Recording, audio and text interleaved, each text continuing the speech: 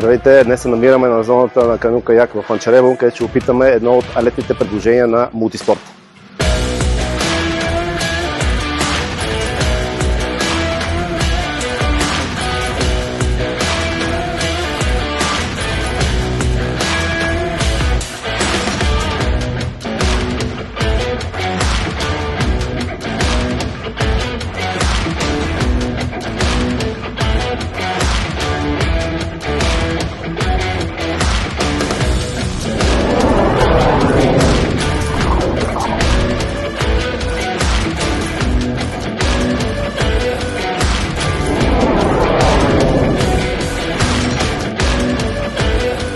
Хора, беше супер яко изживяването, препоръчвам го на всеки един от вас с Мултиспорт.